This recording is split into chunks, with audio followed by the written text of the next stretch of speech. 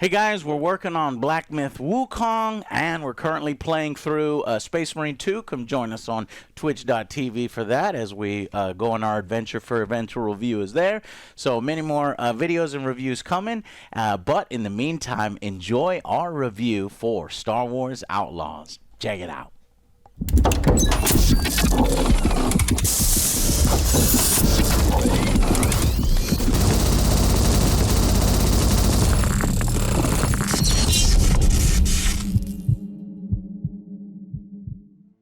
Hey everyone, and welcome to another Rapid Fire review, this time for Ubisoft's Star Wars Outlaws.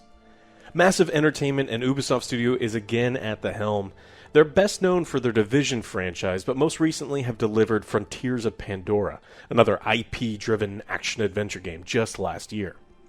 For Star Wars, they created an action-adventure game set in the Star Wars universe between the events of The Empire Strikes Back and Return of the Jedi. We play as Kay Vess, a young thief who constantly is on the wrong side of the law, who can't seem to get the heist thing right, but now must put together a team for a once-in-a-lifetime level score in order to pay off a crime syndicate. To kind of clue you in right away, Star Wars Outlaws is a game in a very odd space. Between quality and paltriness, it's truly neither good, nor is it bad. It's really only extraordinary in its mediocrity. For every positive aspect of the game, there's an equal and opposite negative to balance it out. If they were going for the forced dyad of quality, where both kind of rise and fall equally to remain in balance, I applaud them, I guess. It's just not great for us consumers. Now, some of this may come down to its development. Now, let me set the stage for you. Star Wars Outlaws is a game that was only pitched to Lucasfilm Games in 2020, meaning total time for active development and polish was under 4 years. Massive's previous game, Frontiers of Pandora, on the other hand, took 10 years, with 6 years of active development time to finish. And that game did have some faults, but it was overall pretty great. So I don't know if it's the rushed development time, or if it's the people at the helm. This is the narrative director from the tired Far Cry 6 game, and the writer of Watch Dogs Legions. And then they created this. Honestly, the most transparent game I've played in some time. Right out in the open, practically slapping you in the face, is the formula for all things. Narrative and gameplay. Outlaw is a video game that at every opportunity reminds you that it's a video game. You can feel yourself walking down the flowchart of scripted events, and in the open world they laid out, you see right through the thin veil to the game's programmed layout and design. And please don't get me wrong, I understand that games always have formulas, guidelines, gameplay loops, and if you go looking for them, you're probably going to find them. Other studios just make the effort or have the time to hide them and have them be behind the scenes. This game's story is predominantly about setting up the heist of a lifetime, and so you need to recruit a crew. So here's how it plays out. You'll venture to a different planet to go get the predetermined crew member. When you exit hyperspace, there will be a mini pirate dogfight. Then you make it to the planet. On the planet, there will be 2 different warring factions. You'll need to pick a side, do a quest for them in order to learn the location of the recruit. You'll probably get double-crossed or participate in one. You'll find the recruit, who certainly can't leave until you help them with their own quest. And then, oh hey, there's another twist. And then they join your crew and you can move on to the next planet, and then the next. And I'll give you 10 guesses how those planets' recruitment storylines play out. Is there anyone in here not stabbing me in the back? It kind of seems like the writer just discovered the unbridled joy of a well-placed betrayal or twist, and just decided that every chapter had to have a few of them. By the end, I was sick to death of the twists that they try to put in here. They weren't even clever. They were just simply there because it's easier than writing something actually compelling. The open world really is no better. Scripted baddies on speeders appear after 15.2 seconds of not having seen one. Constant Imperial chatter about pirates who stole their supply, giving you, the player, the opportunity to steal from them. Attention! We found our stolen supplies at a pirate's camp. An assault team is on its way to recover. Attention! We found our stolen supplies at a pirate's camp. An assault team is on its way to recover. There's fetch quests or treasure maps every kilometer, or seemingly self-aware quests where your mechanic tells you to find another mechanic to upgrade your speeder. Welcome. Bosnock's getting picked up, and I got paid. What's the next part you need? I can't stay on this moon any longer. Yeah. One thing at a time here. Before we get fixing the hyperdrive, you need to upgrade your speeder. What?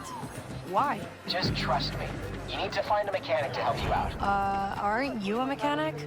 Yeah, a busy one. Ask around, you'll find someone.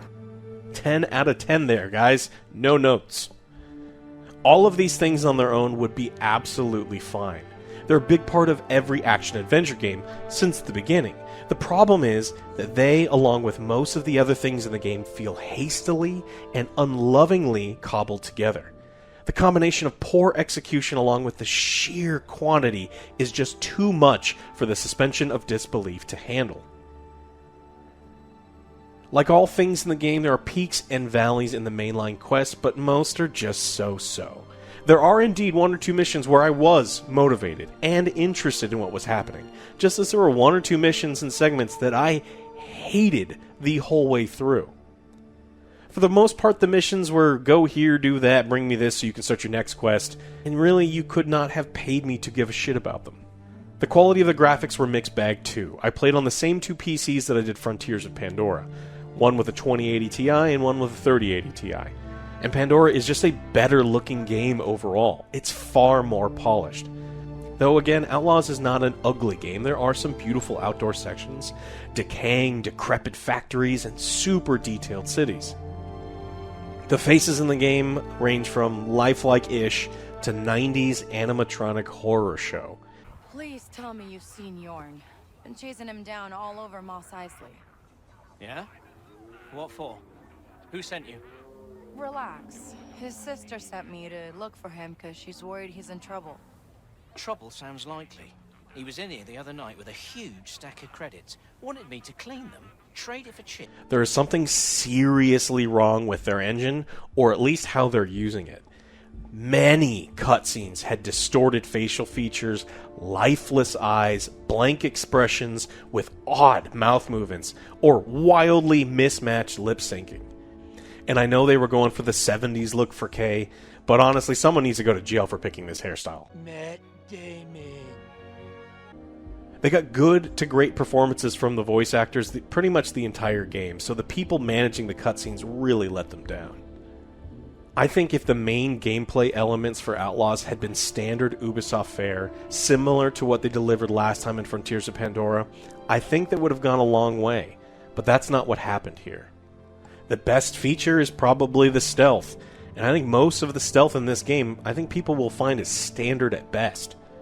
You sneak at Imperial bases, syndicate hideouts, and a ton of ventilation systems. There are goofy silent takedowns that Kay can do, and instead of giving her, a weak taser or a baton or something believable, she just punches people in the helmet, and it looks ridiculous. Where the stealth portions suffer are in the long, all-or-nothing segments. You get caught, start over. No using combat as a backup to make things more difficult for you or hiding till things cool down. You have to start over. And several of these are story-related, so you don't get to skip them. And you pair this with a clumsily implemented waypoint system, and you can have yourself one hell of a time making it through some of these bases. On most missions, though, fortunately, if you do get caught, you can fall back on combat and kill the people in the area, and just disable the alarms. The problem, then, is you are stuck doing the lame-ass combat system that this game has to offer. You have a blaster and it was your mom's, so it means something to you. So you don't get other weapons. You are forced to use this blaster. You get multiple firing options, normal shot, anti-droid shot, and a charge shot, but it's inaccurate, and even the easiest enemies take a few shots to bring down with it. But it works okay enough at the start when the enemies are easier. But enemies get spongy at the end, and wave after wave of stormtroopers with upgraded weapons that can almost one-shot you show up. They can hit you from way further out than you can shoot back, and even if you do kill enemies that are holding better weapons, you only get to use them for short periods of time before the blasters run out of bullets, or whatever. Or if you interact with anything, like a ladder, or a terminal, or you just move on to the next area, you drop them and don't get to use them anymore. The third-person cover system is also kind of a joke. You'll get shot through cover a lot. Or sometimes if you try to aim while in cover, the game just can't figure it out, and it will actually teleport you to a new area that has no cover, and then you die. Walking while aiming is also a gamble as well, as the game will suck you near walls or rocks, changing where you're aiming pretty wildly, but still very much leaving you not in cover, so you die. The space combat is a bit better, though it happens pretty infrequently in comparison, unless you go looking for it. And it's nowhere near as in-depth as games where it's the focus. Hell, it's not even as fleshed out as Starfield's space combat, but at least it worked.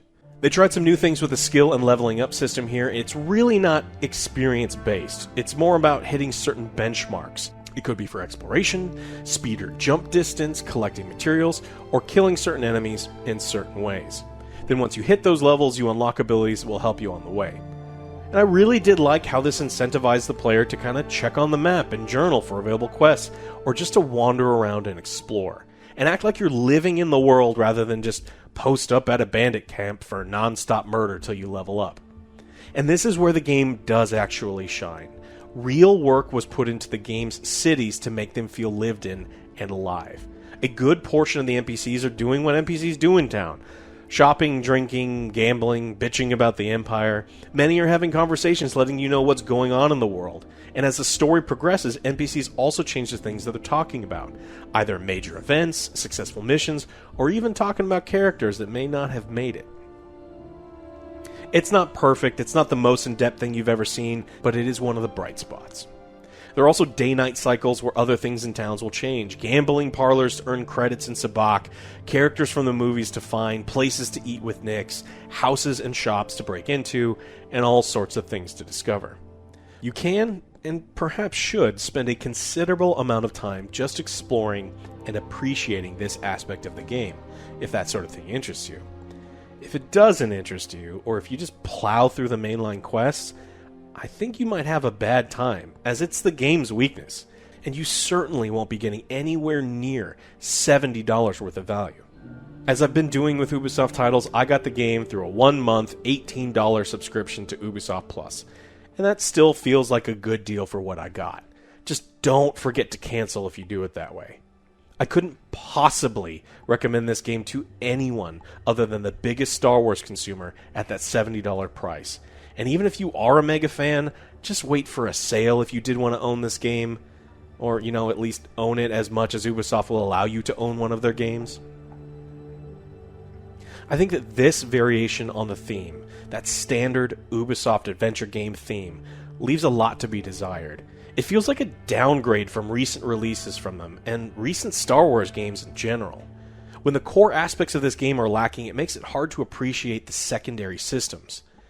Look, I did enjoy wandering the streets with Nix and feeling like a scoundrel stealing from people when you're allowed to steal from people, gambling while cheating a little bit, eating the street food, and then maybe killing some syndicate henchmen for credits. Again, there's some quality stuff here. There truly is a lot to like. There's just an almost equal amount of negative bringing it down, be it bugs, design choices, or an overall lack of polish. I do think that this game ends up slightly above average for me. So I am going to give it a 6 out of 10, which again on our scale is the above average score. It's just a shame since there was so much unrealized potential here. Either due to time constraints or iffy management, they could have done so much more. Fleshed out that open world, made combat actually feel satisfying, maybe tightened up some of the stealth mechanics, and then I think people would have enjoyed it significantly more. Thanks so much for watching, and we will see you on the next Angry Joe Show.